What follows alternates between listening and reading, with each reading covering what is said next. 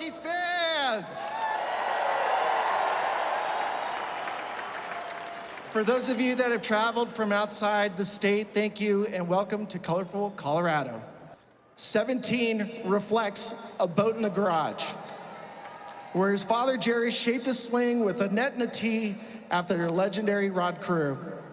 A player Jerry watched himself in the Minnesota Twins organization as a minor league player, and a friendly reminder to stay inside the ball or it would hit the beloved fishing vessel.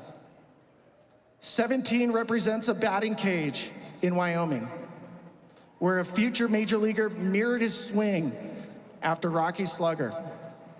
17 represented to Little League players in the shadow of Coors Field. Countless futures big leaguers and aspiring players to play and grab a first base glove and pick out balls out of the dirt. 17 represents a two-strike tenacity that made him one of the toughest outs in Major League Baseball. A player who could fight off a pitcher's best pick down that left field line, only to take his next offering and make it a souvenir in right field. Todd would remind his teammates, you're not as good or as bad as your last at bat. He would remind you to compete. In competition, look to him as if walking up to the plate with two big brass bells. 17 reflects hard work and routine, greatness revering greatness. From teammates to competitors alike, Todd often referenced Juan Pierre, a Rocky whose work ethic was so legendary, no player in the organization could beat him to the field. It reminded each of us the dedication necessary for our craft. 17 represents the voice of Eric Church, where Springsteen and the melody of that song were echoed within the stadium for countless summer seasons. 17 for his teammates and coaches is a reminder that quirkiness is just a player finding a competitive edge. But be careful. If you play catch with him and he gets 3 hits, you're on the hook tomorrow. 17 represents a giant stuffed teddy bear that Christy would order for her new parents, a bear that Todd would sheepishly tell you is in the family room waiting because it required at least 3 adults to drag to the car. A permanent fixture in many Rockies nurseries and the perfect HOV passenger. Todd 17 represents the dedication of the front office, coaches, scouts, trainers, the grounds crew. How good does the field look right now?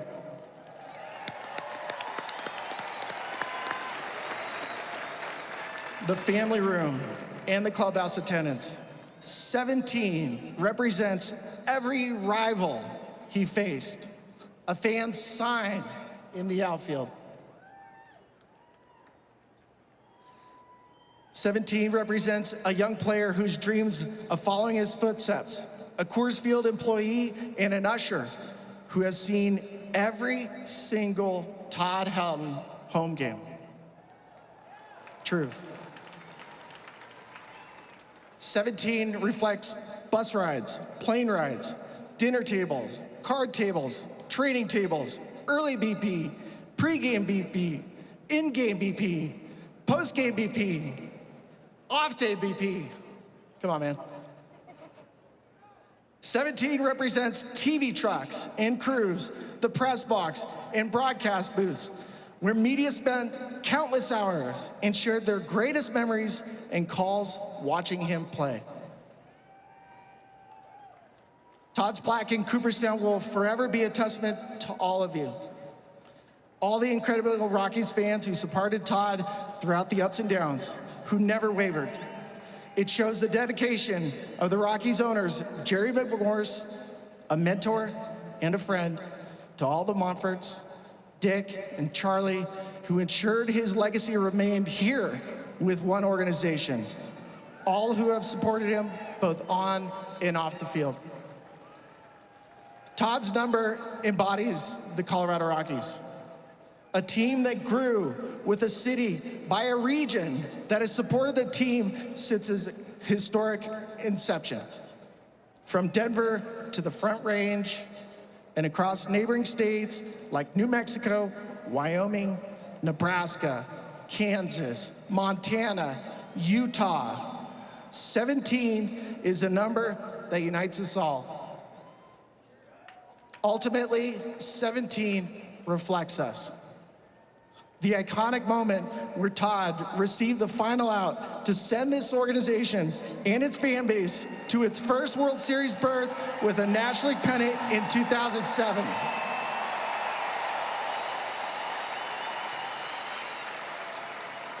We screamed as Todd, reaching with both hands over his head, thinking, maybe, I can't believe it. No.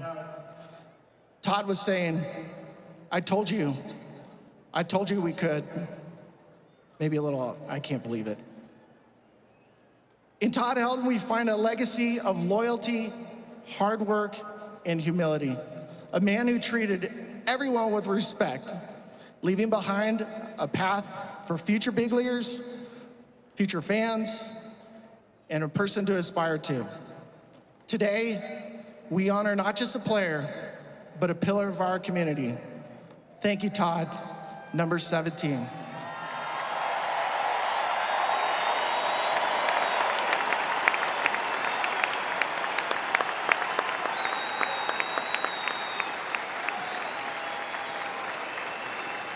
Our next guest requires no introduction.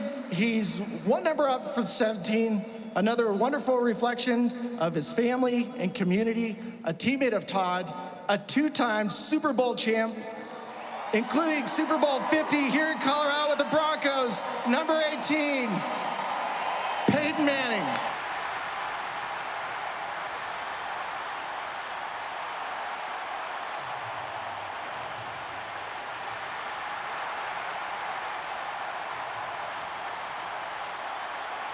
Thank you very much.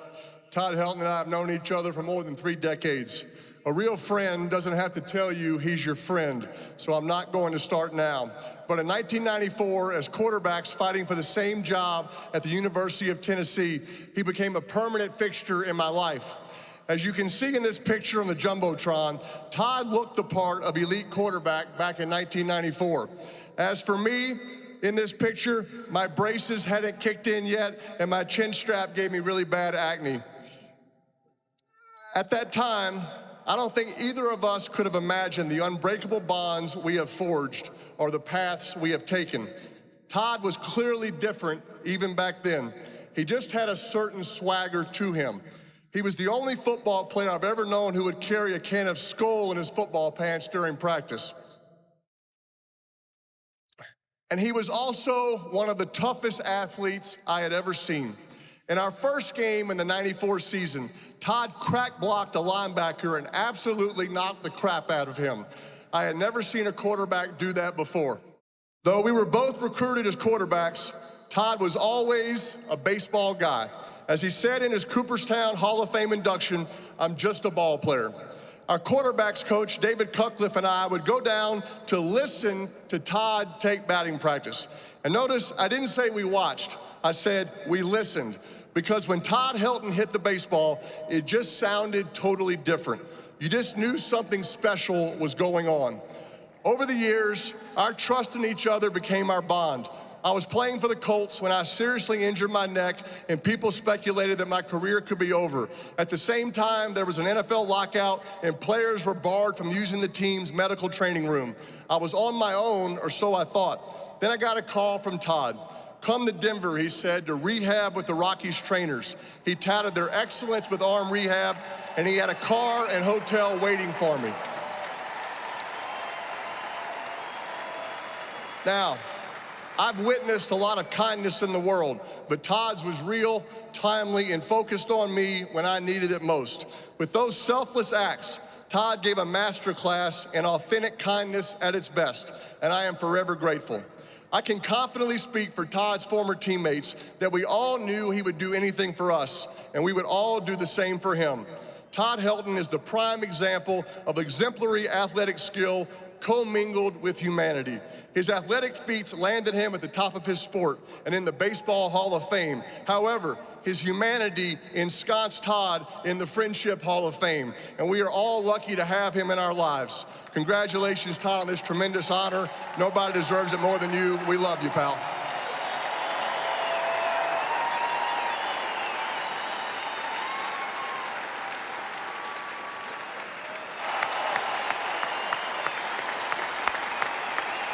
Ladies and gentlemen, please direct your attention to the mezzanine level in right center field, where number 17 is now golden and forever in the Baseball Hall of Fame.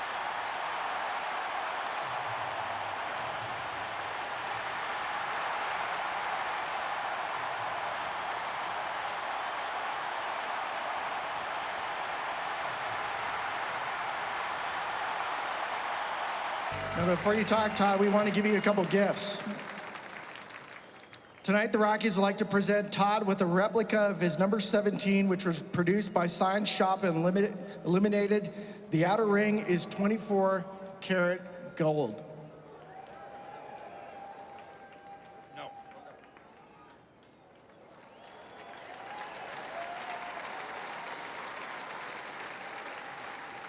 On behalf of the Broadmoor and the Rockies, we're excited to present Todd a certificate, invited him to experience the Broadmoor's Cloud Camp, sitting at 3,000 feet above the resort with unobstructed 360 views. You're gonna like that. Cloud Camp is located on the historic site of Cheyenne Lodge, offering both daytime and evening activities. Guests have the opportunity to enjoy all this unique Colorado getaway has to offer.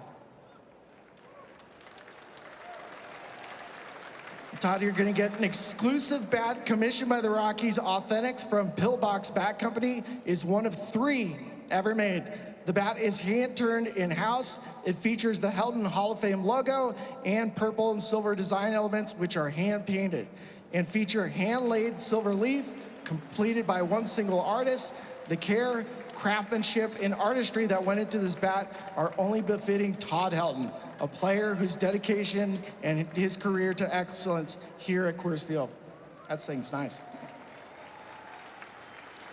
And working with Colorado native artist Taylor Gallegos, the Rockies commemorate Todd's career and Hall of Fame induction with this custom canvas painting highlighting Todd's headshot, his 2 most iconic moments, his defensive prowess at first base, and his Hall of Fame induction through inclusion of his gold ring retired number and a recreation of a family photo taken in Cooperstown this past July. On behalf of the Colorado Rockies, thank you, Todd, for the memories and for your extraordinary accomplishments that will forever be embraced here at Coors Field. Ladies and gentlemen, Todd Helton.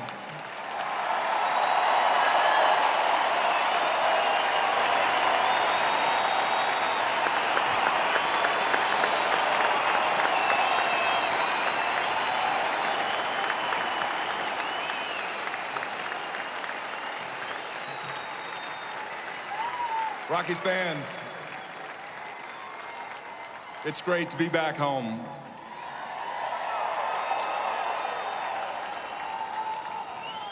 I wasn't expecting to get gifts, so thank you, Dick, and thank you for all that had their hand in them. We need a vacation after this. Thank you, Peyton, for that wonderful introduction. And thank you for being here today. We all know how busy you are. And Spilly, thank you for actually saying something nice about me.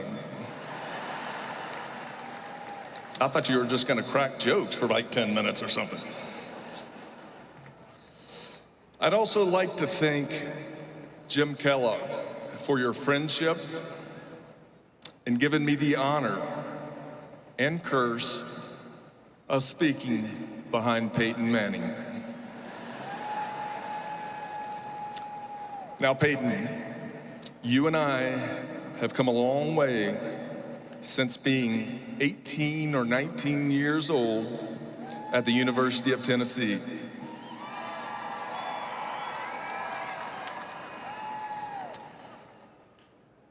I hope you remember the time when we found Coach Cutt's stack of cigarettes, and when he came into the room, we pretended like we were smoking them.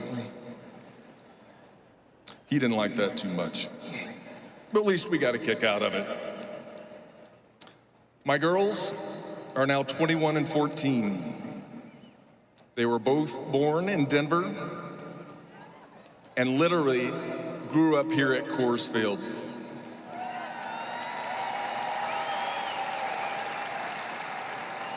I remember them playing in the family room with all my teammates' kids and running all over this ballpark because I had to chase them after about a 13 or 14-hour game at Simlight, so then I got to chase them. They became close to a couple of the Rockies nannies. One they call Grandma Mary to this day. Those are the type of special bonds we've made in this place. They're the ones that last way beyond the game. Girls, thank you for allowing me to follow my dream. Thank you for supporting me through it all and being here with me on this memorable day. To my 411 teammates, I hope I was a good teammate. My goal was to be able to look at a coach, a teammate, a Rockies staff member in the eye, and they feel the level of a commitment. Even on my days, it was not easy. One day I was struggling at the plate. Maybe 2 weeks I was struggling at the plate. I was feeling sorry for myself. My wife sat me down and rather sternly said, "Stop thinking about yourself. Just go to the field and try to help somebody else dig." That really hit me. That not only helped me in baseball, but in the game of life. But Christy, I probably would have been a first ballot Hall of Famer if you'd have mentioned that 10 years earlier.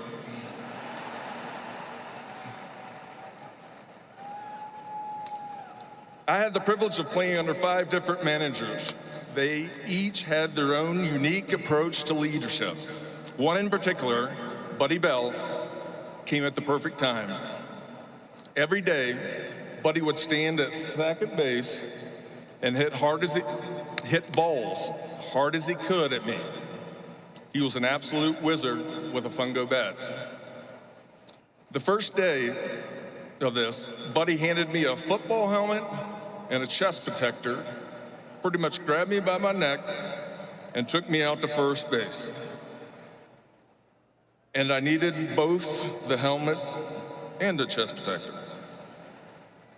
By the end of the year, I had graduated to a glove no bigger than my hand, and when I missed one, we start all over again.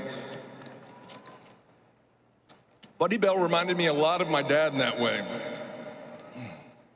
Buddy was tough. He pushed me to be better.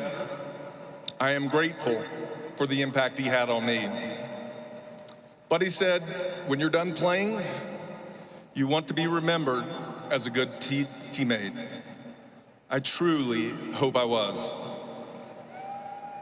But maybe not so much pitchers, because I knew I might have to face them one day.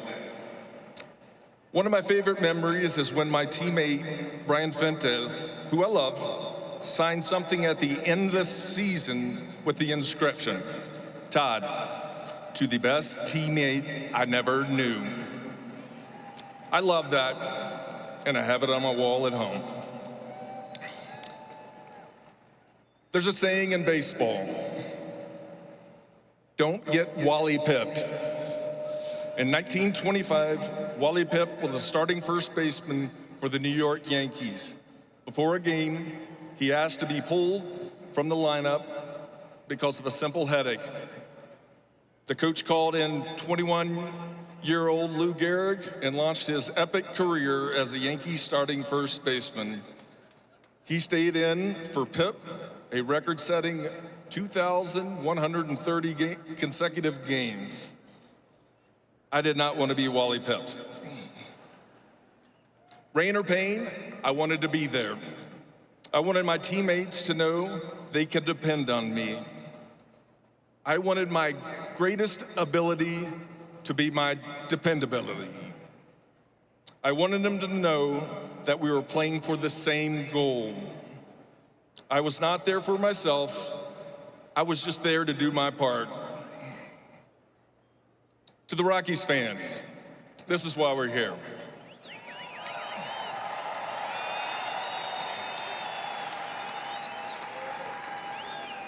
You showed up, got loud, and supported us day in and day out. Your support made those rain or day pains bearable. Your passion and energy are what makes this place special. 21 of 22 games won in Rocktober was fueled by you Rocky fans.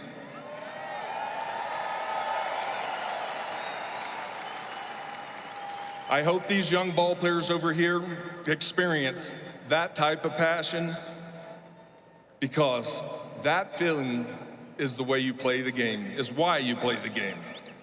Thank you all. I'm truly honored.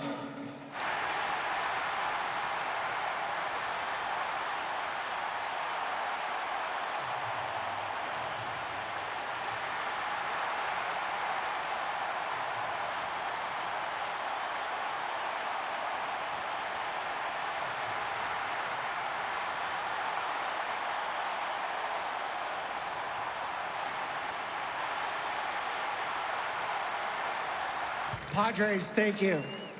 Rockies, thank you. I guess it'd be fitting before a game between these two ball clubs that we get Todd to throw out the first pitch to Charlie Blackmon.